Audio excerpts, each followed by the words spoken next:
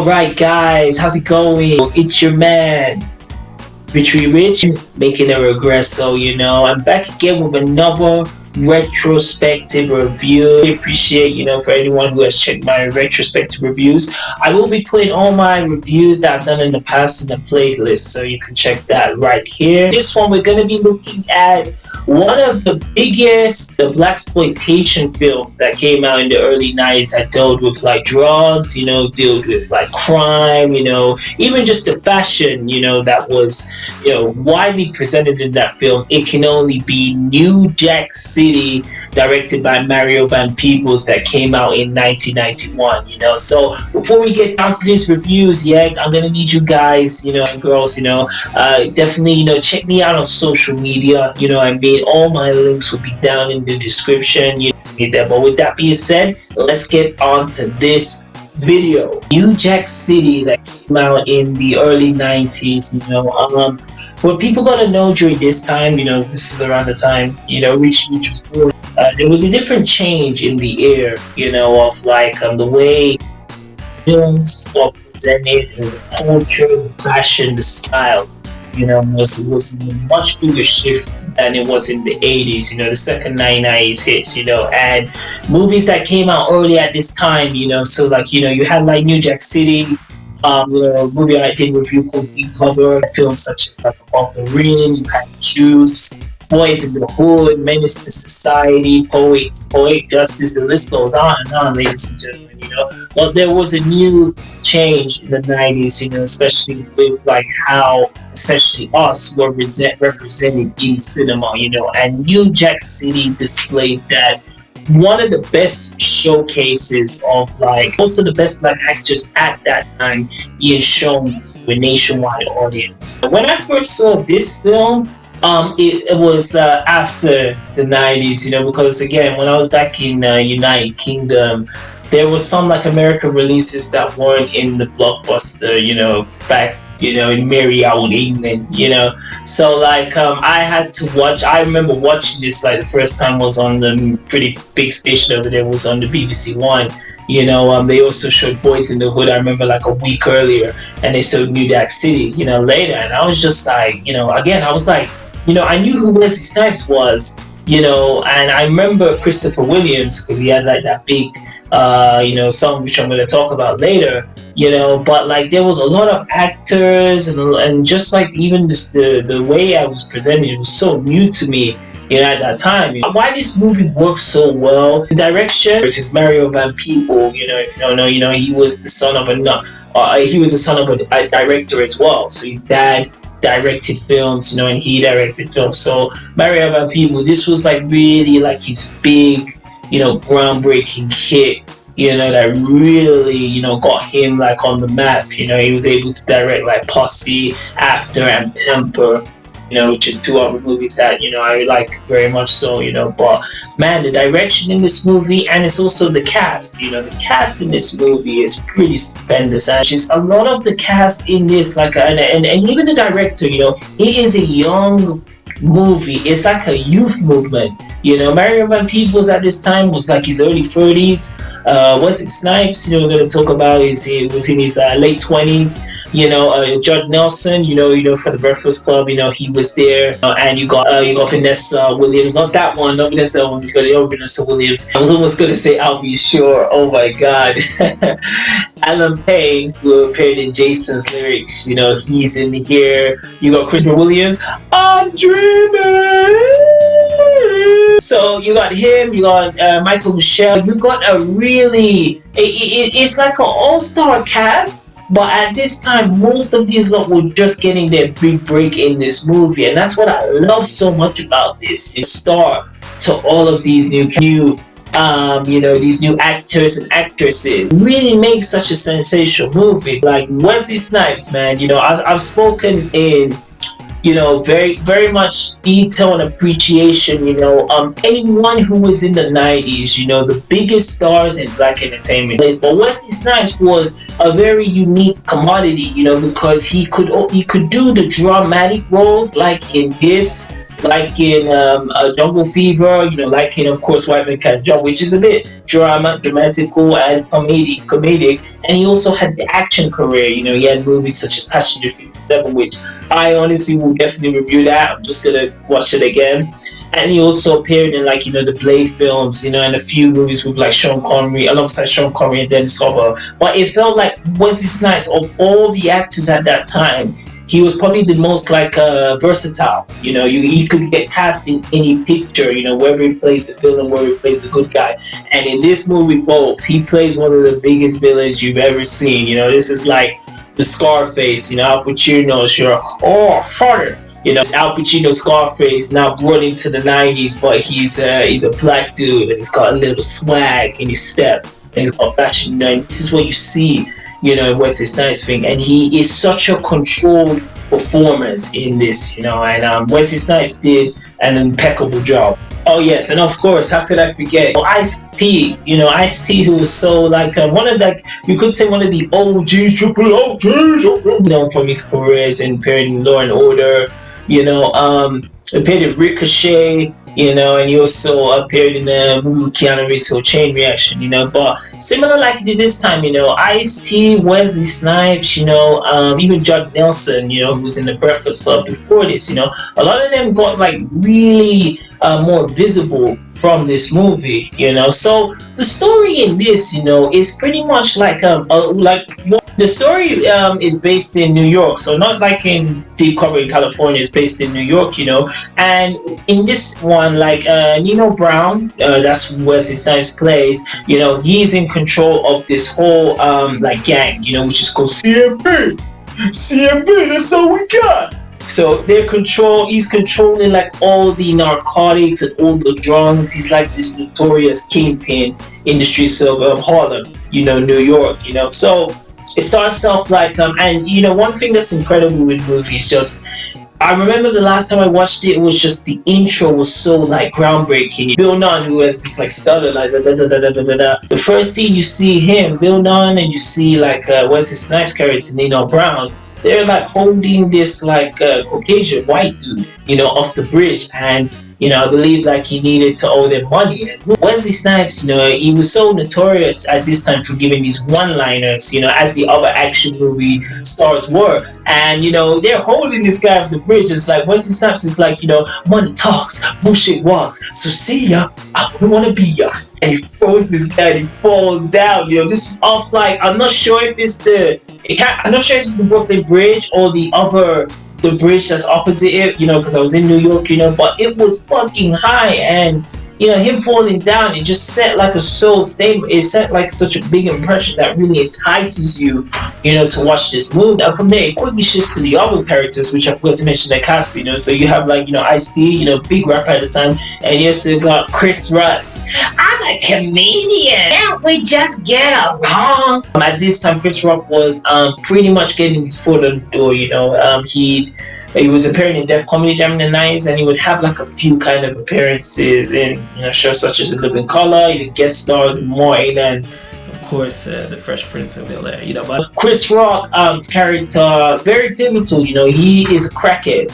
He's someone who basically he tried to kind of trick Ice-T when they were doing this, like, drug deal, cool scene, when Chris Rock is, like, running, he's running, he grabs the bike, and it's playing Ice-T's music in the background, you see Ice-T, like, chasing him, he naps him at the end, grabs him, and it says, hey, you stupid little motherfucker, teach you to run out for my money, and then from there, like, once that bust happens, and it's unsuccessful, Chris Rock, he skips, like, 3 years, where Ice-T is like a street cop.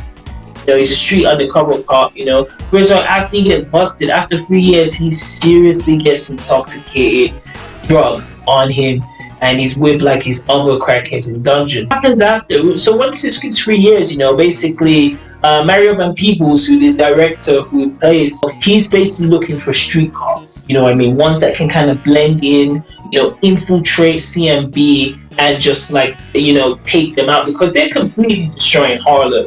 Like, there's a lot of montage in this when you see, like, Nino Brown, one crazy scene, like, he has, like, a shotgun, and there's this black dude, older black dude gentleman, and he's walking down the street butt ass naked, and Nino Brown saying that you're gonna change this. I'm gonna be in control of you. There's another scene even with this Jamaican Rastafarian guy, broad daylight. He's just shot by Vanessa Williams' character, and Alan Payne's just like, yeah, and go, you just do it in broad daylight. Boom, drives off. So there's so much that's affected in the climate, of Harlem in New York, that something has to be done. So when he makes this team, he actually asks like the commander of the police. He says, "Look, I need this guy. I need Ice-T. He's playing Scotty, and you got John Nelson who's playing Nick Peretti." He asked the commander that. He basically says, "We need to get these cops who like got the streets. They know, what's up. We need to unite and we need to go infiltrate." Once Scotty and Nick are able to put aside their differences, they basically like kind of team up to basically follow them. And what they use Chris Rock's Bookie, character to basically go inside and infiltrate CMB. So he's there. It is that one scene where like Nino Brown, Wesley Snipes, is giving food, to the people of Harlem, because it's like a classy businessman, you know what I mean? Like he is a gangster, but he's also helping them. He believes the system is fucked, but the only way to make a sustainable business is to, deal drugs, deal that.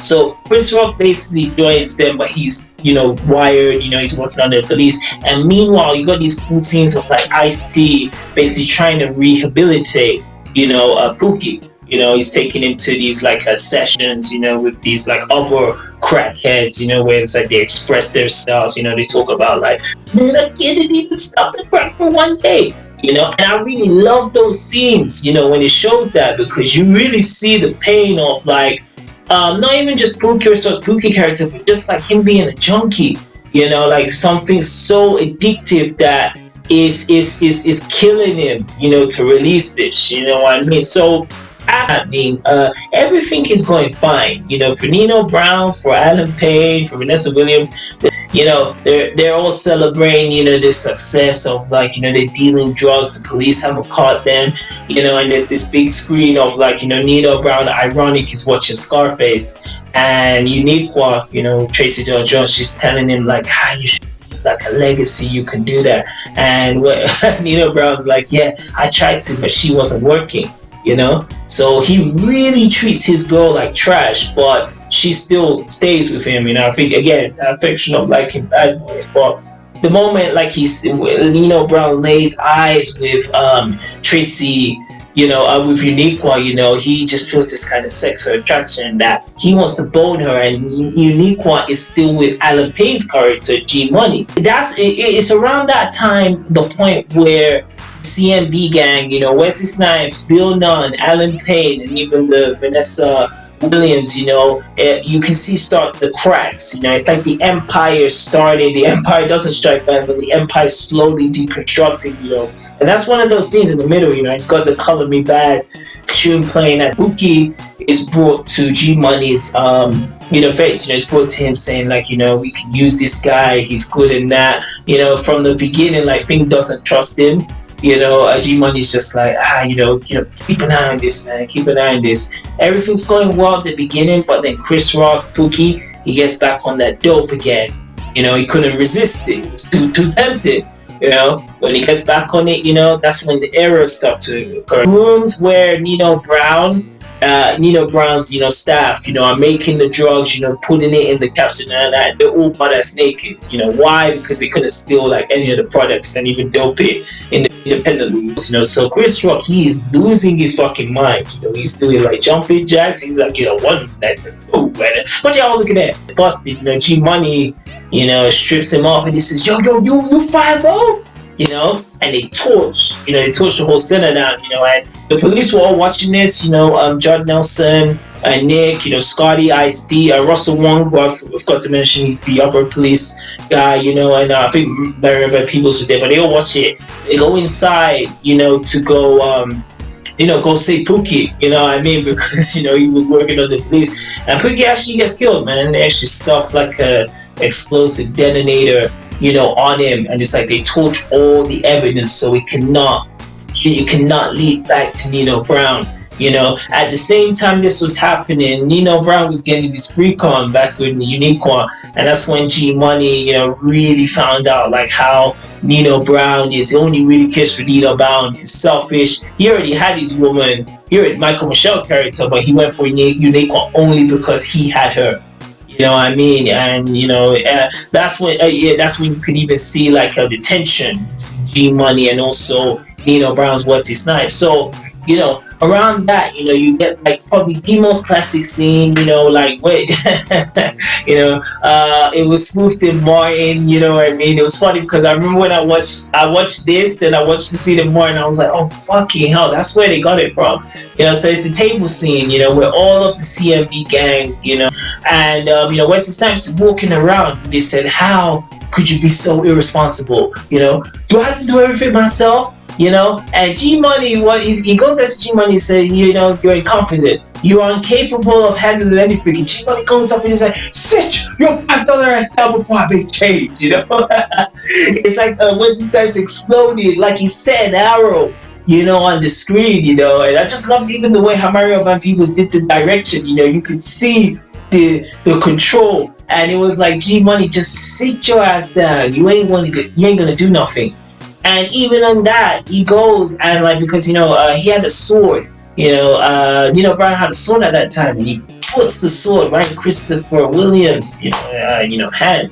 Yeah, he's a pretty motherfucker. You know what I mean? But you could see how it enraged him that they let something so Pookie getting in and Pookie getting in, and it's like they had to burn one of the place where they made their drug.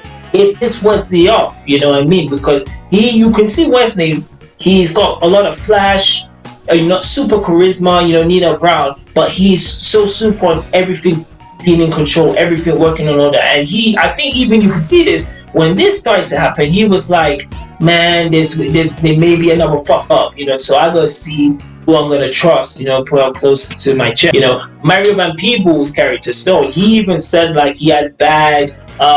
He never thought this was a good idea to begin with, and this happened proved him right. So he completely takes off, Ice-T and John Nelson, off this case. He said, like, I don't want to see you anyway in this case. This is for someone else. It's over. He walks around, when they're at Pookie's funeral, and like that's when you see really, which I really love. This is like kind of like the second act of the film. You see really Ice-T's character and John Nelson's character really unite, and they say, fuck working with the cops, we're gonna do this, because what's really cool is John Nelson's Nick, he used to actually be a junkie before, so he can kind of understand the problems and the dynamics, what Nino Brown is causing to the streets. And Ice-T, as he said, Ice-T, as like Ice-T's character Scotty, he's even said like how he's killed people around him, his loved ones have died because of this drug. So beneath like Nino Brown, there's the great scene. There's another classic scene, at the wedding where you see Keith Sweat, nobody. It all comes up to like this wedding scene, which is like one of the priests, one of the priests, corrupt, that Nino Brown's been dealing drugs to them.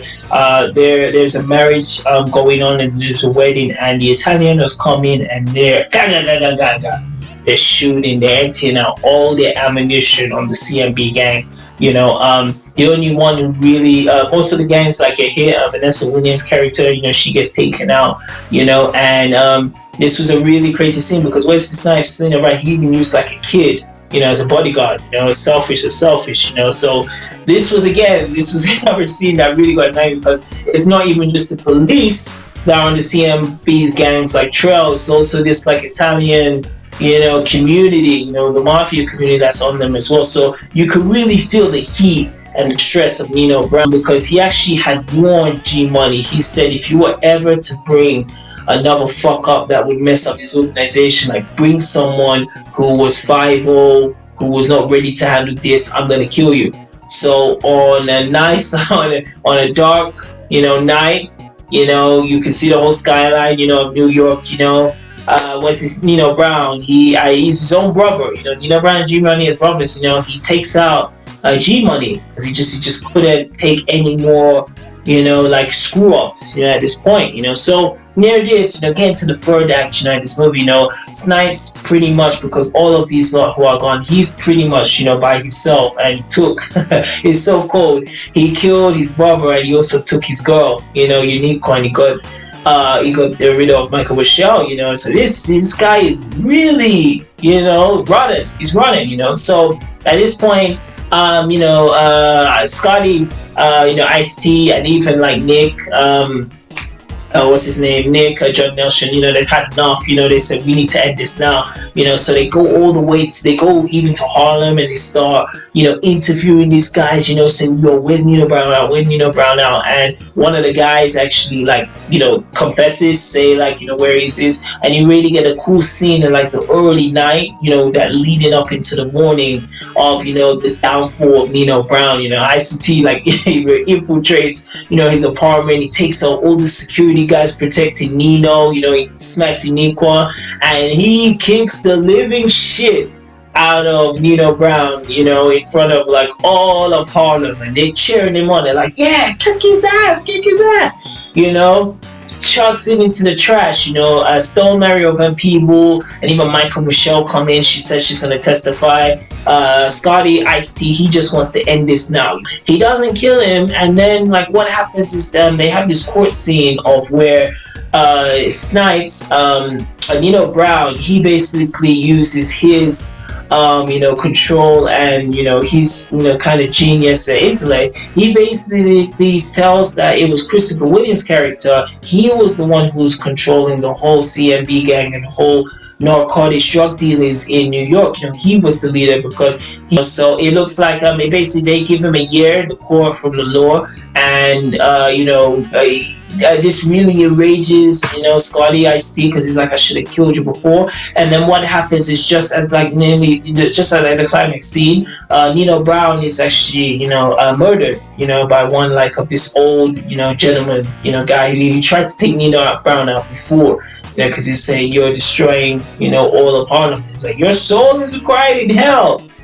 Shoots him, Nino Brown falls all the way, just like how the whole CMB gang, the whole drug empire falls down, and that's pretty much the, the story-wise, for New Jack City, the screenplay writers, so the ones who actually did like the writing for this, funny enough, also did the writing for Above the Rim, with Tupac Shakur, Leon, Dwayne Martin, and Marlon Wayans, and he also did the screenplay for Sugar Hill, so this was another, drug, film, with Wesley Snipes in the starring role, but like that one, it was more like dramatic, still based in New York. That's one thing that really propels New Jack City from like, these other competitors like Deep Cover, you could even say Sugar Hill, King of New York, other like of those drug dealing, gangster films. Goodfellas could even come in there, Casino. The good thing with the real thing with New Jack City is what makes it like on the par with the best gangster films is just it just has such a vibrance. Speaking of the soundtrack, I might as well go into that before I give my final thoughts. In this one you had Ice-T, you have Keith Sweat, makes an appearance in this. Christopher Williams, I'm dreaming. Cool thing. You got Johnny Gill, Two Life Crew. You got FS Effect. You got Essence, Color Me Bad. Who, though these ones were really a popular R&B group band. They actually sung one in Living Color. They had a lot of like performances on the Arsenio Hall show at the time. Their song plays where Unique was like dancing in that room with Nino Brown, Michael Michelle's character, and also G-Money, Alan Payne, when they watch the Scarface, so the music plays in there, so they really skyrocketed in the early 90s, of the, they incorporated a lot of that R&B kind of soul, music, so yeah, the soundtrack has a lot of the 90s, music, not just even the tracks, the music videos, they really went the extra mile to make sure the movie's not only good, but the music is great, because it helps. So So my final thoughts on New Jack City, this is a stupendous, excellent film. Is someone who is such a big fan of Wesley Snipes, especially seeing him in his heyday. There was just something about Wesley in the '90s that everything he touched was gold. New Jack City, Jungle Fever, White Man Can't Jump, Sugar Hill, Blade, it just felt like anything he was doing at that time was just a hit, and he really benefited from this movie, because it's a big shift from King of New York, where he was a supporting character, as you could say, with Lawrence Fishburne and also David Caruso, but that film really was tailored on Christopher Walken, but seeing him play like the main guy, even just seeing the cover, seeing like just that coldness of this film, because that's what Nino Brown has. He has a lot of similar to even like the colder characters in Menace to Society, but he has a lot of kind of flashiness. That's one thing this movie does. Like there's cool scenes in the clubs, where they're doing like the '90s, kind of dance movements. It's like Flavor Flav, appears in here, when they're celebrating New Year's, Keith Sweat, so it's like you got a lot of like guest stars who were very pivotal, especially in that time in the early '90s, so New Jack City, man. If I had to, give this a score, man, it's even better because we're almost 30 years now. Seeing this, I have to give this like a really strong, like 4.5 out of 5. Some people who could see this, like they could see like maybe it's dated, oh, this is the '90s, the dress and the culture and even the music is so different, and obviously to now, but I could definitely appreciate the story, because one good thing is the pacing as well. Like it doesn't feel like it's ever stretched out. I feel like an hour and 30 minutes, so it's actually less time than like, just say movies like Sugar Hill or even Casino. But yes, folks, that's my review on New Jack City. I would definitely say, who can I recommend this to? Anyone who's a fan of like just those gangster, mob films that were so dominant in the late '80s and early '90s, you would definitely dig this film.